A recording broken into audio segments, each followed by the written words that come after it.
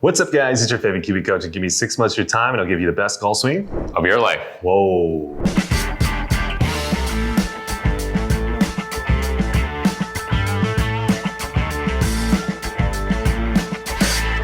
So welcome back to the channel, guys. In this particular video, we have the one, the only, the infamous Hiro-san. Welcome back to lesson number 2. Say hello to the audience.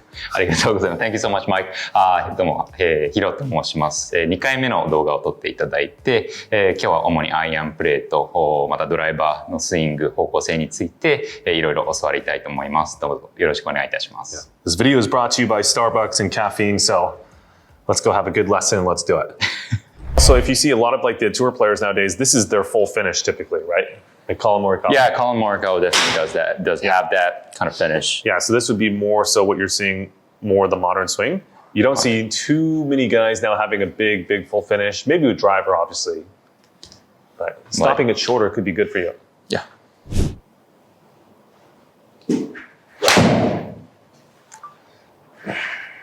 How's that feel for the finish?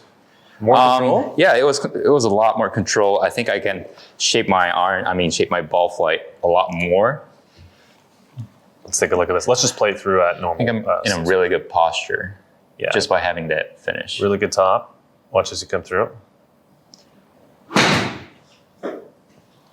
Nice. This is quite good. So I think this wasn't quite as good as the one before. So here to here is a little high. Yeah. But this should be your full finish right here. Now the way we get there should be slightly different. So I'd like this. See how we got there that way? Yeah. So the arms are a little bit lower exit here versus this one was a little bit on the higher exit with the arms.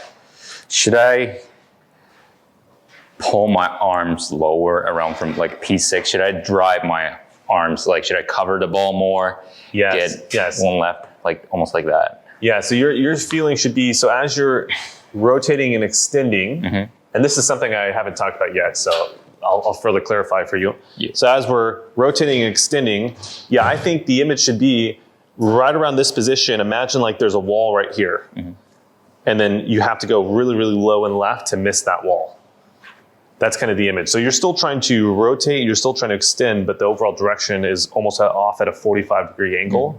Would be closer to your image. Okay. And I think you should start that right around P6, maybe somewhere around there, or maybe hit the ball and then try to do that. One of those images would probably work out really well. Hit the ball and miss the wall in front of you. So to give you a simple, around my hip height. Yeah, a simple image to set up real quick. Yeah. So I don't know if we did this last time. We kind of did on the very last lesson, early June or something.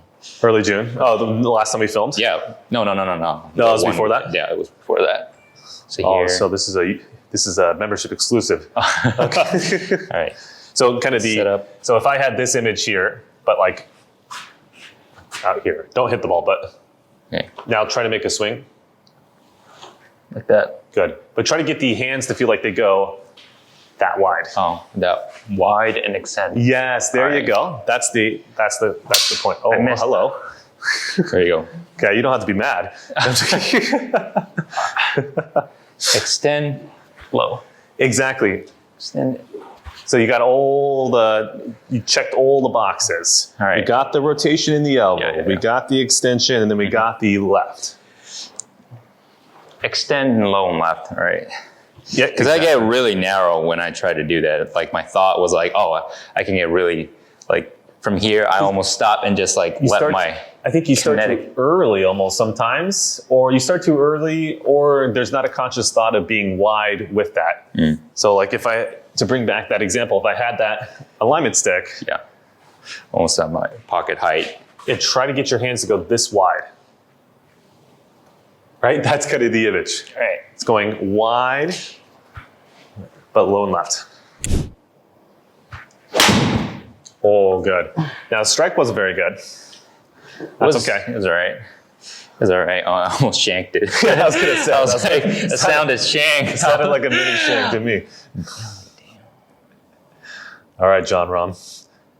I think I was going too quick, but...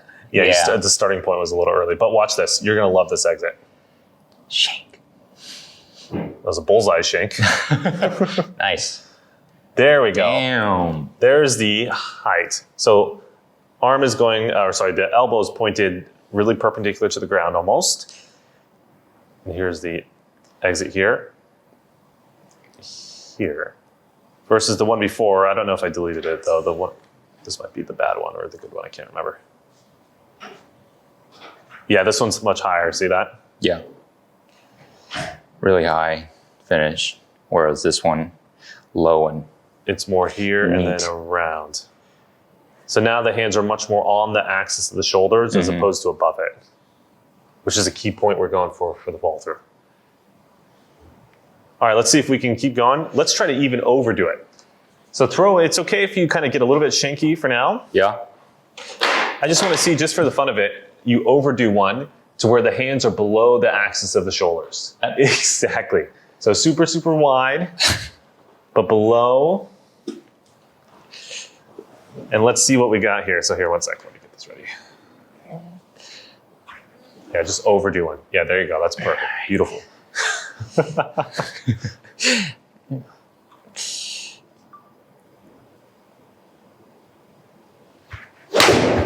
Oh, there you go.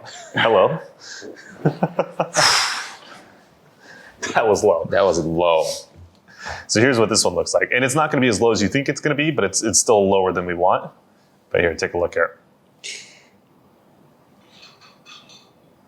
Oh. So that's like kind of what you were doing with the alignment stick, right? Yeah. That's my feel. Yeah, so I think this is honestly, if anything, almost zero tilt. So not enough tilt here. So overdone, for sure. But not maybe as low as you felt. It was definitely not. I thought it was a lot lower than that. You thought it was going to be below the shoulders. Almost below my rib cage. Yeah, exactly. That was my feel. But so I think on the course, it's okay to get something similar to that image. Maybe not as severe, but close to that. Like kind of below the pecs or something like that. I agree with that. But one thing that I want to point out, or I want to learn before I try that on the course, I get really quick on the course, just like everyone else. So if I think my image or my fear when I try to do that on the course, I might get a lot of shanks, just like the one you saw on, like a couple of minutes ago. Because the starting point is early. Exactly. So just be patient. That's the advice. That's the simple word with the advice. But for the most part, before I get into that, do you have any questions on the actual motion of the arm in terms of checkpoints? So you understand what it should look like at shoulder height? Yeah. Okay. So point my elbow to the ground, extend, try to go low from P6, extend my elbow, make sure my elbow feel that they're pointing at the ground and extend, low finish. Almost imagine there's a little wall and at my hip height and try to miss it. Sure. That's my feel. Specific though, checkpoints so basically what you're looking for is the elbow pointing relative to the ground. So this would be almost like parallel to the ground. This would be like perpendicular.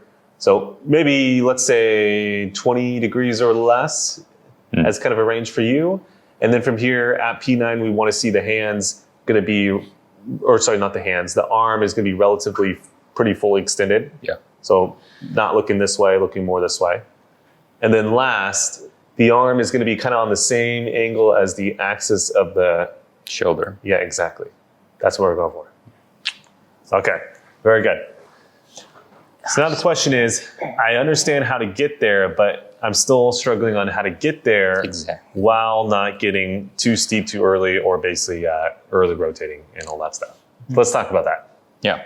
So the question is, and this is a very common one, I want to look like Tommy Fleetwood, but every time I do that, I look like this in transition. And then I shank the ball, right? I just come across the ball. Or really get my right or left shoulder up and duff the ball. Yeah, you swing across the ball a couple times, you hit a few shanks, next thing you know, the body's like, I don't want to do that, so then it reroutes. Exactly, yeah. That's my fault. Yeah, so it's not really, I don't think call is a major issue if the initial transition is kind of smoothed out and got in the right spot. Okay, so now, here's what we got to do. So you've always had issues with the patience down the wall, right? So maybe because you feel like it's kind of taking away your trigger and transition. Thoughts on that? Right. So for example, you don't really know what to do to initiate the downswing. You know what to do, but maybe you feel like it's not like as stable. Like you feel like maybe a slightly different image might be more stable. Maybe, yeah. I've tried getting my right hip from the top. My initial move, I tried a couple of times that I get my right hip back and then rotate. Yeah. But I still get really tilted, getting a lot of my side bend and get awkward and get into a really awkward finish. Okay. That was kind of my issue. So then I maybe what we could talk about today. All right, that's it for you guys on YouTube. But before you guys click off, Hiro, keep their attention and let's give them some wrap-up points. Mike, thank you so much. 今日は、僕のロテーションのシーケンスだったりだとか、フォロースルーに関するいろいろなことを勉強させてもらいました。またコースで、いろいろ試してみて、自分の中での学びだったりを具体的に何ですかスイングの中に取り組めたらなと思います。And other than that, make sure to like, comment, subscribe, share all that good stuff. And remember, if you guys want to help support this membership site or this YouTube channel, sign up for the membership site with the link down below. And I'll see you guys on the membership site. Thank you very much. Thank you very much. Yep.